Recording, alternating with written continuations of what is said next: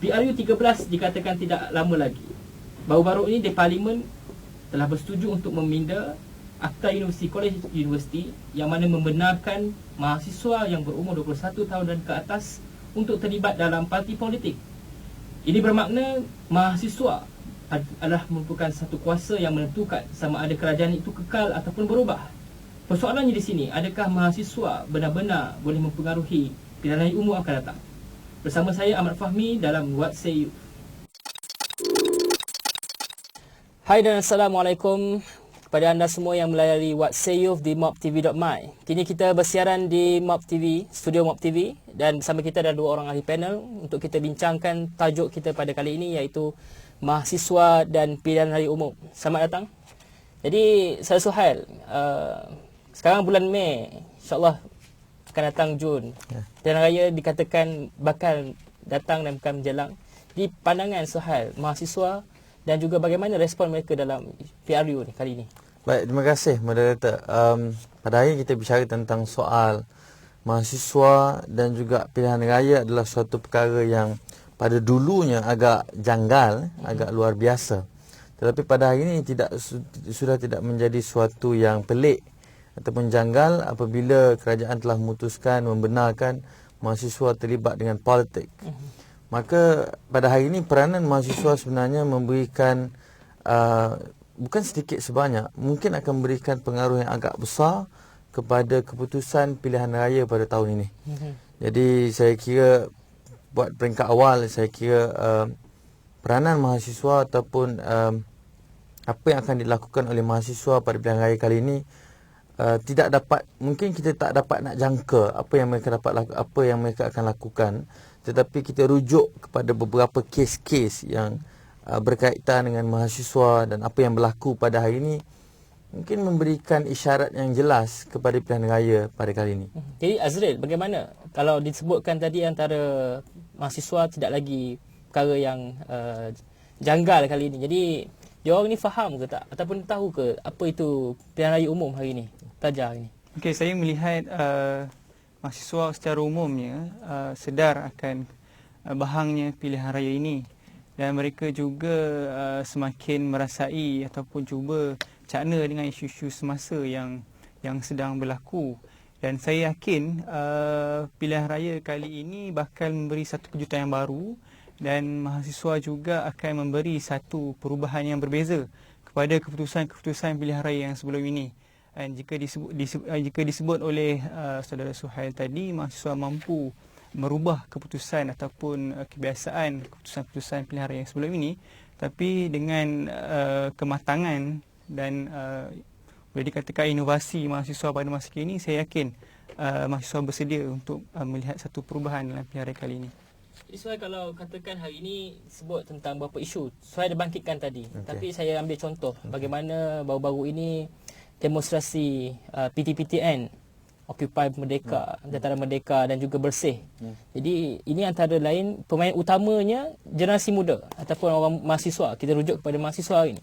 Jadi adakah mereka ni mengikut orang-orang lain ataupun mengikut politik, mengikut orang-orang yang mungkin sekadar untuk memeriahkan suasana? Mungkin saya boleh komen.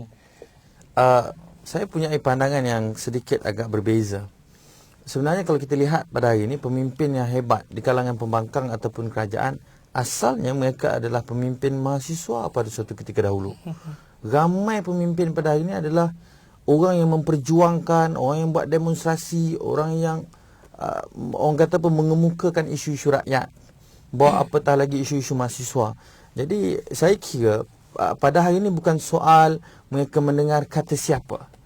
Ini adalah soal kesedaran yang ada pada mereka. Kalau perkara yang dikatakan oleh sesiapa tetapi tidak ada kaitan ataupun tidak punyai sebab untuk mereka memberikan respon, maka saya kira mahasiswa pada hari ini pun tidak akan memberikan respon. Jadi ini sebenarnya saya melihat dari segi sudut positif, isyarat bahawa mahasiswa kita sudah punyai suatu kesedaran tentang hak yang ada pada mereka. Mereka punyai hak untuk bersuara, untuk memberikan pandangan, memberikan untuk melakukan perubahan, termasuk dari sudut soal dasar dalam kerajaan. Maka saya kira ini bukan, sekali lagi saya sebut, ini bukan soal mereka mendengar kata siapa, tetapi lebih kepada apa yang mereka perjuangkan, apa isu yang mereka bangkitkan.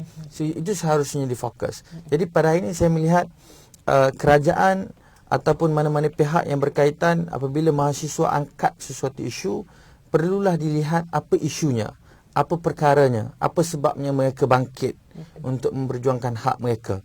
Kalau itu mungkin sesuatu yang boleh kita bincangkan, jemput mereka, ajak mereka untuk berbincang.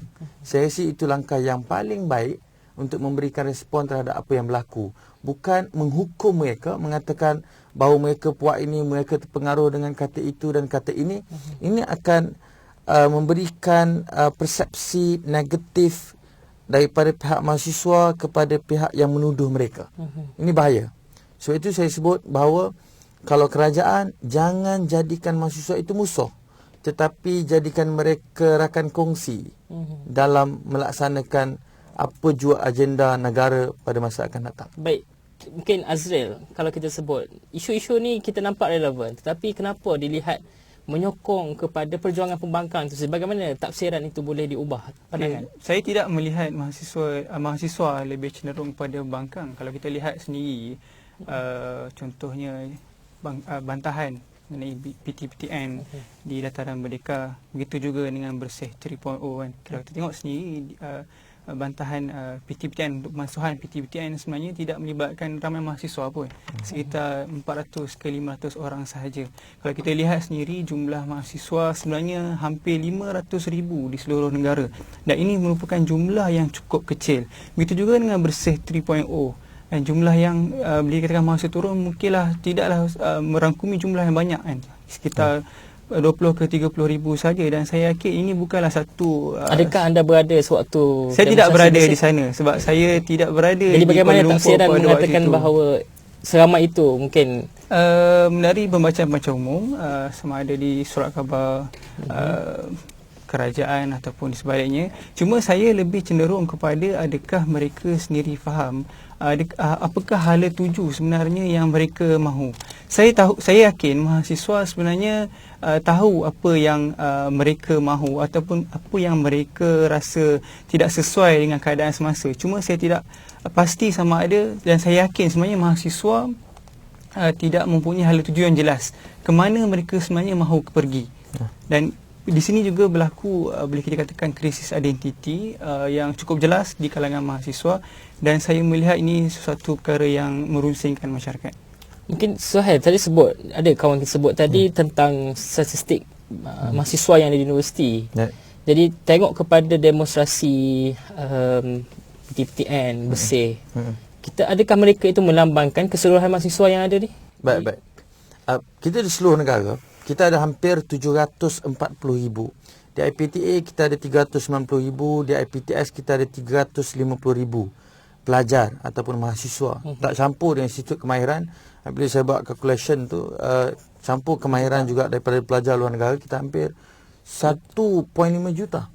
Jadi pada hari ini saya kira saya mungkin sikit beza dengan pandangan beliau tentang soal penilaian yang dibuat oleh mahasiswa itu mungkin silap ataupun mereka dalam kategori kecelaruan identiti. Saya kira itu tidak berapa tepat. Sebab mahasiswa pada hari ini pemikiran mereka lebih terbuka. Capaian maklumat yang mereka ada lebih luas.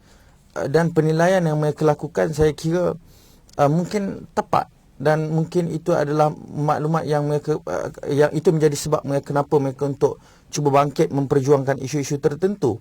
Cuma bagaimana kita melihat mereka respon terhadap sesuatu isu, itu yang menjadi titik tolak ataupun perbincangan utama. Bagaimana untuk mereka respon ataupun memberikan reaksi terhadap sesuatu isu.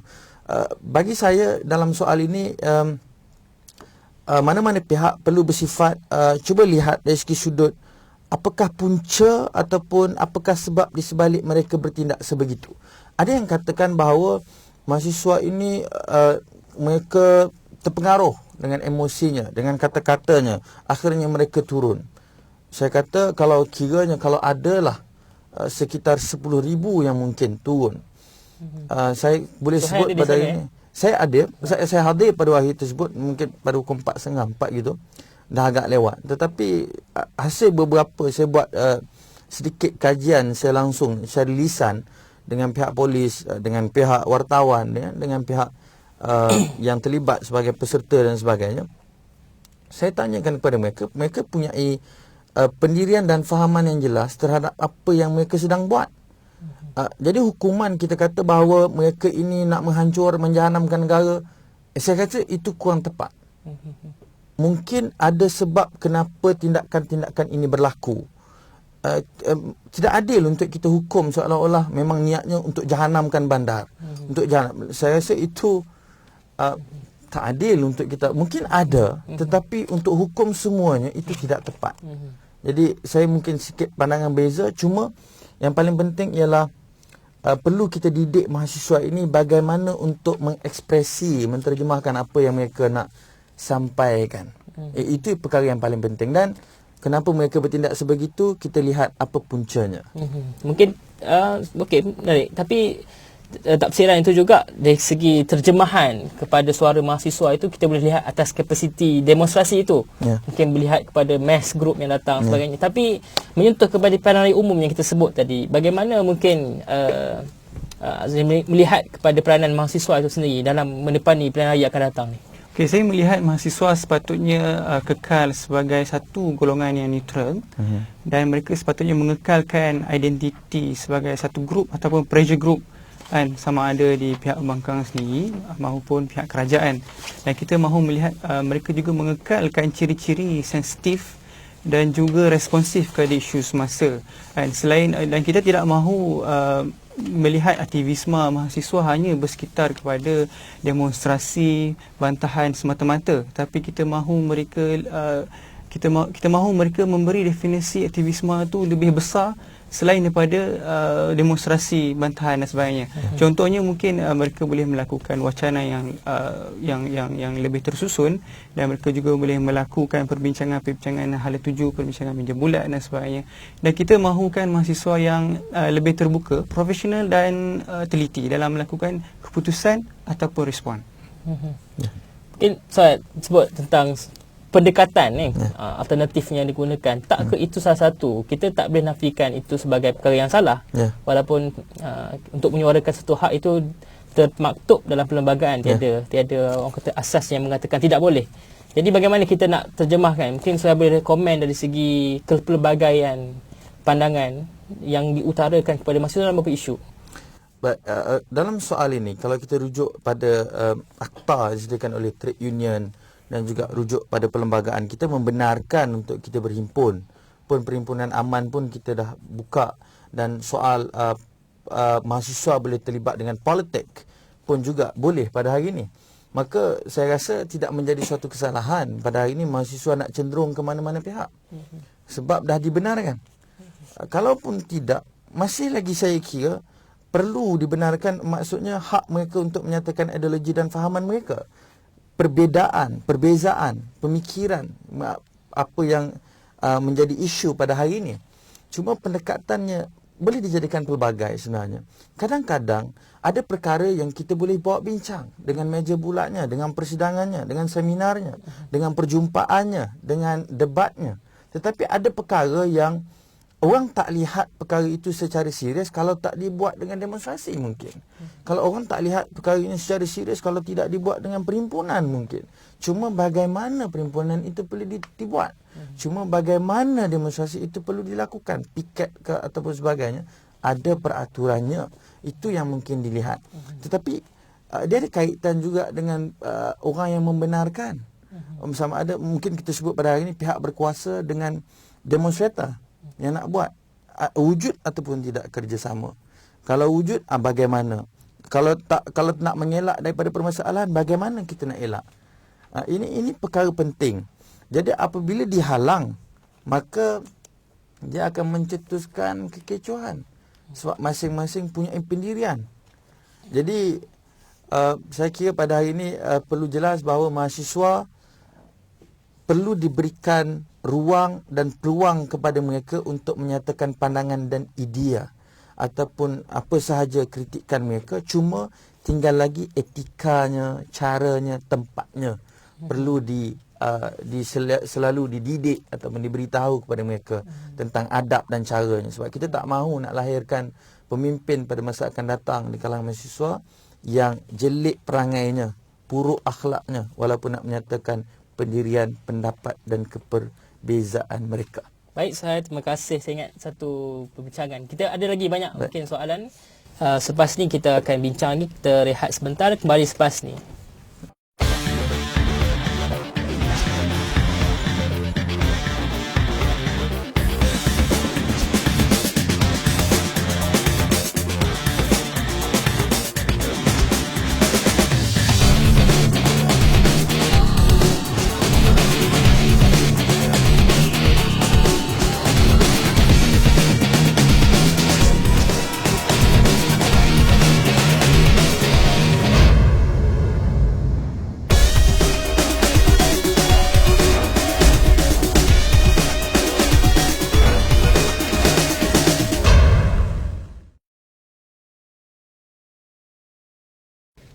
Kembali bersama saya, bersama dua orang panel membicarakan isu mahasiswa dan pilihan raya umum. Jadi kita terus kepada Sir Azril. Bagaimana hari tengok statistik yang dikeluarkan oleh SPR mengatakan bahawa majoriti daripada pelajar ataupun mahasiswa hari ini belum lagi berdaftar sebagai pengundi. Jadi apa komen saudara? Saya melihat dengan statistik 4.7 juta yang masih belum mendaftar untuk pilihan raya yang akan datang, ini merupakan satu nombor yang cukup besar, dan ini merupakan satu signal yang kurang baik kepada sistem demokrasi, kerana kita memerlukan setiap rakyat Malaysia faham akan tanggungjawab mereka terhadap negara, dan ini kita melihat mereka sepatutnya menjalankan tanggungjawab untuk memilih pemimpin yang betul, memilih pemimpin yang betul-betul boleh bekerja untuk rakyat dan mampu memenuhi kebajikan dan hak mereka.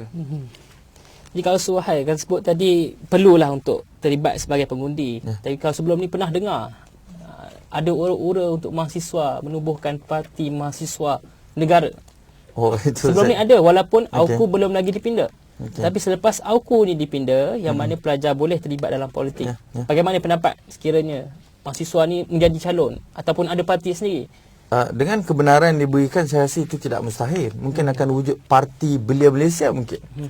Dengan jumlah belia yang ada di Malaysia, kita ada 12.5 juta. Remajanya kita ada 4.5 juta. Mungkin 4.5 juta saya boleh sebutkan pada hari ini bukanlah tidak mahu untuk mendaftar. Mungkin mereka baru sahaja masuk umur 21 tahun. Berapa ramai ya?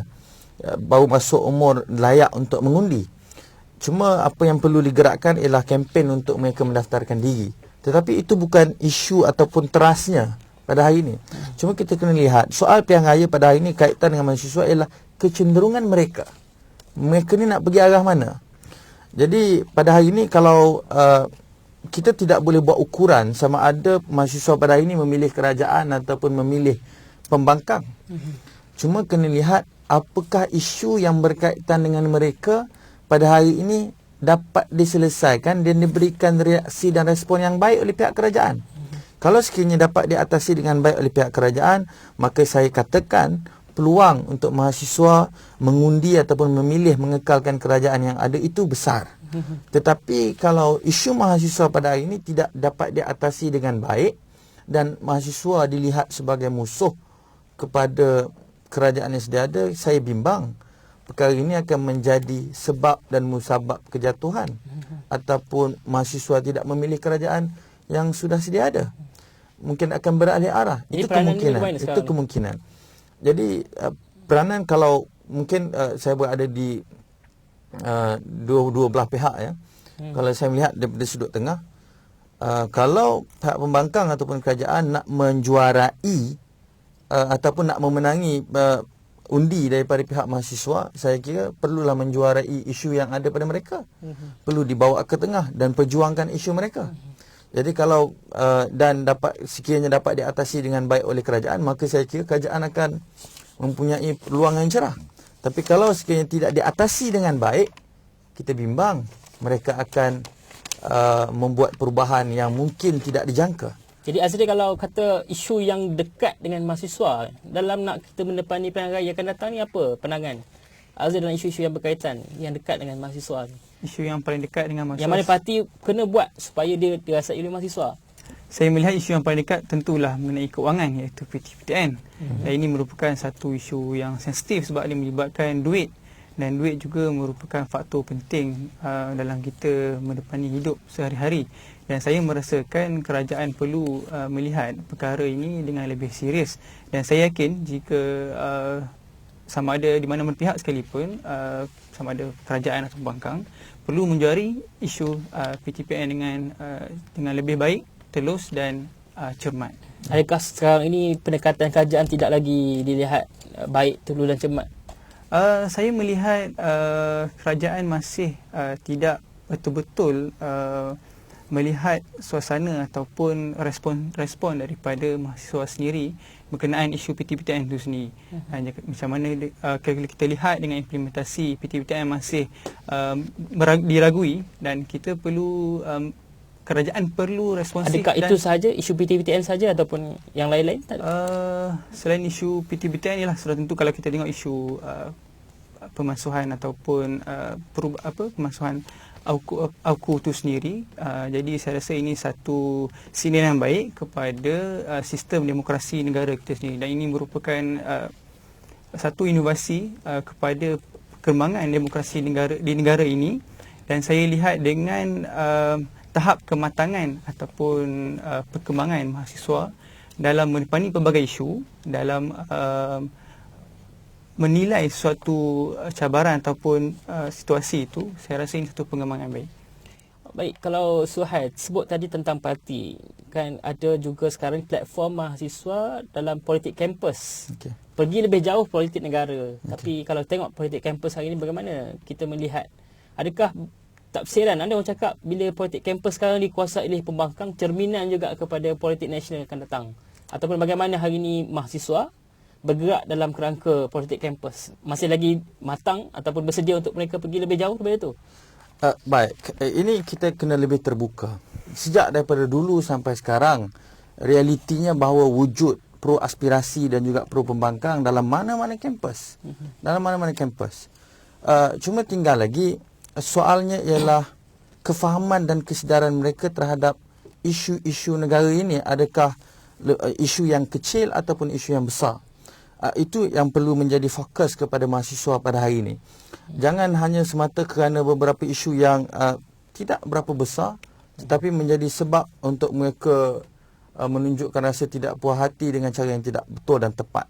Respon kepada isu PTPTN, saya kebetulan antara orang yang dijemput untuk menjadi fasilitator kepada persidangan meja bulat PTPTN dianjurkan oleh Pergerakan Pemuda UMNO Malaysia dengan kerjasama Institut Penyelidikan Pembangunan Bilik Malaysia. Lihat dari segi sudut perbincangan yang kita lakukan selama 2 hari, yang mana nampaknya mahasiswa juga dijemput hadir, wakil-wakil mahasiswa, pimpinan NGO memberikan respon yang sama sebagaimana ditawarkan oleh pembangkang. Tawarannya jelas, pendidikan percuma untuk tanggung berapa bilion, 4 bilion, dan mungkin soal kos sara hidup perlu dikekalkan PTPTN, pinjaman. Maknanya tak perlu bayar yuran pengajian, tetapi diberikan pinjaman dalam soal kos sara hidup. Dan perkara ini termasuk dalam resolusi yang ke-11 yang dipersetujui oleh semua ahli persidangan meja bulat dan telah dibacakan di hadapan Ketua Pemuda UMNO, dan beliau saudara Khairi Jamaluddin juga bersetuju untuk dibawa kepada pihak kerajaan. Saya kira perbincangan ini, cara bagaimana kerajaan menghadapi soal ini menarik. Ini membuka ruang peluang kepada mahasiswa untuk memberikan pandangan. Jangan anggap, bagi saya pada hari ini, jangan anggap apa sahaja yang dibawa oleh mahasiswa kadang-kadang berkebetulan dengan apa yang diperjuangkan oleh pembangkang, bahawa mahasiswa ini pembangkang. Itu tidak adil. Ini soal hak, ini soal keistimewaan yang perlu mereka perolehi ataupun apa yang mereka boleh dapat. Jadi pada hari ini kita perlu lebih terbuka. Jadi berlaku transformasi politik yang agak berani daripada pihak kerajaan sebenarnya, saya rasa tidak mustahil kepada mahasiswa pada hari ini untuk terus kekal bersama dengan kerajaan yang sedia ada. Cuma kita bimbang juga bagaimana beberapa isu mungkin terdapat mahasiswa yang agak agresif dalam bincangkan soal ini, bagaimana kerajaan menghadapi ataupun respon, memberikan reaksi kepada mereka. Ini bahaya.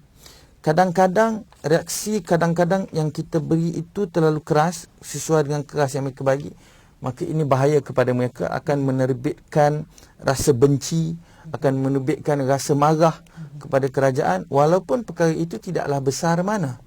Tetapi bagaimana kita mendekati ataupun memberikan respon terhadap isu itu akan memberikan impak besar dalam pilihan raya kali ini. Jadi ingatan saya kira kepada pihak kerajaan, berhati-hati dalam urusan kita respon ataupun memberikan reaksi tindak balas kepada apa yang dikemukakan oleh mahasiswa. Sama ada secara yang agresif ataupun yang baik, itu perlu lebih berhati-hati. Betul. Saya kira penting. Jadi kalau Suhail, tadi Suhail sebut betul, saya rasa kaitannya juga dengan mahasiswa yang ada di kampus sekarang ni. Isu yang biasa rutin ataupun asas datang ke universiti adalah untuk belajar. Kan? Jadi kita cakap tentang politik. Satu sisi yang lain. Jadi asas belajar tu untuk cemerlang, of course kita nak jadi pemimpin ataupun nak jadi orang yang terlibat dalam politik, of course dia kena tunjukkan bahawa dia itu sendiri adalah orang yang terpelajar, cemerlang. Tengok berapa kes ada dikeluarkan yang mereka aktif dalam politik ni, mereka ni tak cemerlang. Jadi macam mana komen Azri dalam isu ni? Saya melihat perkara ini sepatutnya mahasiswa meneliti keadaan ini dengan lebih cermat. Makna kata kita perlulah menjadi satu contoh yang baik, bukan sekadar aktif dalam politik, tapi juga dalam bidang akademik. Sepatutnya pembinaan sahsiah itu sepatutnya seimbang antara pembinaan akademik juga aktivismenya. Dan kita mesti yakin bahawa mahasiswa perlu fokus. Perjuangan itu perlulah sesuatu yang konkret dan tahu hala tuju ke mana yang dia pergi, dan mesti mempunyai satu agenda yang jelas. Kita tidak mahu satu situasi ikut-ikut ataupun lebih kepada sentimen ataupun emosional. Jadi kita mahu mahasiswa balance ataupun seimbang antara keduanya, sama ada akademik maupun aktivisme. Perbandingan dulu dan sekarang bagaimana? Mahasiswa waktu zaman 70-an, 80-an dan sekarang ni? Perbandingan, saya melihat mahasiswa kini lebih matang dari segi menilai satu isu, kerana kalau kita lihat dengan arus informasinya, mereka terdedah dengan lebih banyak maklumat dan melalui sama ada media sosialnya, sama ada melalui internetnya, Facebook, Twitter dan sebagainya. Jadi saya melihat mereka mendapat maklumat yang cukup banyak, pelbagai, sama ada independen, sama ada bersifat menyebelah satu pihak ataupun tidak menyebelah satu pihak. Jadi saya rasa mereka mempunyai sumber maklumat yang cukup banyak dan mereka mampu memilih dan mereka mampu menilai dengan baik. Jadi kita tidak boleh menafikan kematangan mereka dalam menilai satu isu. Jadi kalau saya mungkin boleh respon apa yang dikatakan Saudara Azri. Baik, dalam soal berkaitan dengan mahasiswa dengan politik dahulu dan sekarang, sebenarnya sebagaimana saya sebut peringkat awal bahawa pemimpin yang ada pada hari ini, kalau kita tengok menteri-menteri profilnya di belakang, mereka adalah pejuang-pejuang mahasiswa, bukan hanya mahasiswa biasa. Mereka adalah orang yang lantang pada waktu itu menentang kerajaan, tapi sudah menjadi menteri. Mereka adalah orang yang lantang memperjuangkan dasar-dasar berkaitan dengan dalam negara, sama ada berkaitan mahasiswa ataupun rakyat. Mereka juga sudah menjadi pimpinan negara. Saya kira pada hari ini jangan kita bimbang. Saya begitu positif apabila ada mahasiswa yang berani untuk menyatakan pandangan adik mereka secara terbuka. Sebenarnya ini kematangan mereka. Perlu kepada kematangan pimpinan politik pada hari ini. Kau boleh komen sikit kalau kata ini mahasiswa yang perjuangkan perjuangkan isu tadi, bila timbul kes-kes polis, kes mahkamah, tengok bagaimana orang politik pembangkang yang dilihat, yang istilahnya menyantuni mereka dan merasai denyut nadi mereka. Pandangan juga tak ada peranan kerajaan datang. Tengok, boleh buat perbandingan. Ini sebenarnya itu saya sebut bahawa ini penting untuk kerajaan atau pembangkang melihat bagaimana kita memberikan reaksi terhadap respon mereka. Sebab itu kalau kadang-kadang isu ini dibawa oleh mahasiswa, disambut oleh pembangkang, maka pembangkang akan menjuarai mereka. Tapi kalau isu ini diangkat oleh mahasiswa dan disambut oleh kerajaan dengan baik, maka mahasiswa akan menyokong terus kerajaan pada hari ini. Jadi pada hari ini sering saya sebut ulang bahawa jangan kerajaan jadikan mahasiswa yang agak lantang suaranya ini menjadi musuh. Jangan anggap mereka musuh, tapi anggaplah mereka ini orang yang nak memberikan pandangan. Kalau benar nak melakukan transformasi politik pada hari ini, membenarkan mereka terlibat dengan parti politik dan sebagainya, terima pandangan mereka dengan secara terbuka. Kalau perlu diperdebatkan, kalau diadakan dialog, kalau diadakan dialog terbuka, hadapi mereka. Ini akan, pemimpin seperti ini akan lebih dihormati oleh mahasiswa, yang mana mereka berani untuk bertanggungjawab apa yang disebut ataupun apa yang dipertanggungjawabkan ke atas mereka. Mahasiswa boleh lontarkan. Kalau mereka salah, katakan saya mohon maaf. Kalau benar, terima pandangan mereka. Mungkin kalau Azril sebut tentang isu ni juga, ada kaitan juga dengan pemilihan pelajar nanti. Bila datang dalam box untuk mengundi, nak pilih parti ke pilih pada calon? Kalau melihat isu keadaan semasa, mahasiswa akan memilih kepada parti. Tapi saya menyarankan kepada mahasiswa untuk lebih rasional, lebih bijaksana supaya memilih dengan kerangka keadaan semasa, perlulah memilih calon yang betul-betul membawa agenda Islam tu yang pertama, yang utama. Itu adalah satu kemestian dan mesti dijadikan satu panduan yang tetap. Kerana kita tidak mahu agenda lain yang dibawa ataupun untuk memimpin satu kawasan. Jadi kita mahu mahasiswa, tak kisah mana belia sekalipun, memilih wakil rakyat tersebut berdasarkan kredibiliti, berdasarkan apakah agenda yang ingin dibawa di kawasan tersebut. Baik, terima kasih. Saya ingat satu perbincangan yang menarik. Terima kasih sekali lagi kita ucapkan kepada kedua panel kita, Suhail dan juga Azril. Dan saya berharap daripada perbincangan ini kita boleh katakan juga bahawa tanggungjawab mahasiswa itu sendiri sebagai seorang warga negara. Jadi perlu untuk mengambil kira pandangan mereka, tanggungjawab mereka sebagai orang yang akan menentukan siapa kepimpinan mereka akan datang. Kalau mereka sendiri tak mengundi, janganlah nak question kerajaan yang akan datang. Jadi terima kasih, saya bersama dengan kru penerbitan What Say Youth mengucapkan terima kasih.